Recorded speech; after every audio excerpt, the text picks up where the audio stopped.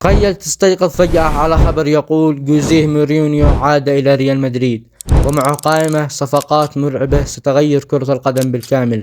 لكن الصدمة الحقيقية، اللاعب الذي يريد التعاقد معه أولا قد يفجر أوروبا كلها.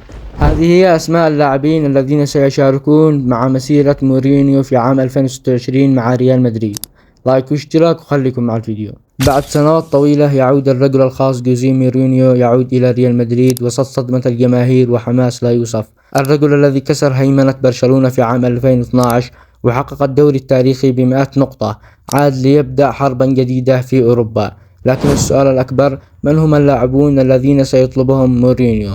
التقارير تتحدث عن ثورة كاملة داخل الفريق.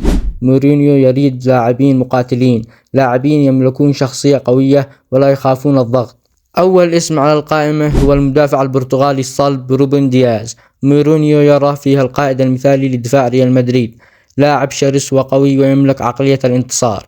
وفي خط الوسط يريد مورينيو التعاقد مع النجم برونو البرتغالي، لاعب يصنع الفارق، يضغط، يسجل ويقاتل حتى آخر دقيقة. بالضبط نوعية اللاعبين التي يحبها مورينيو.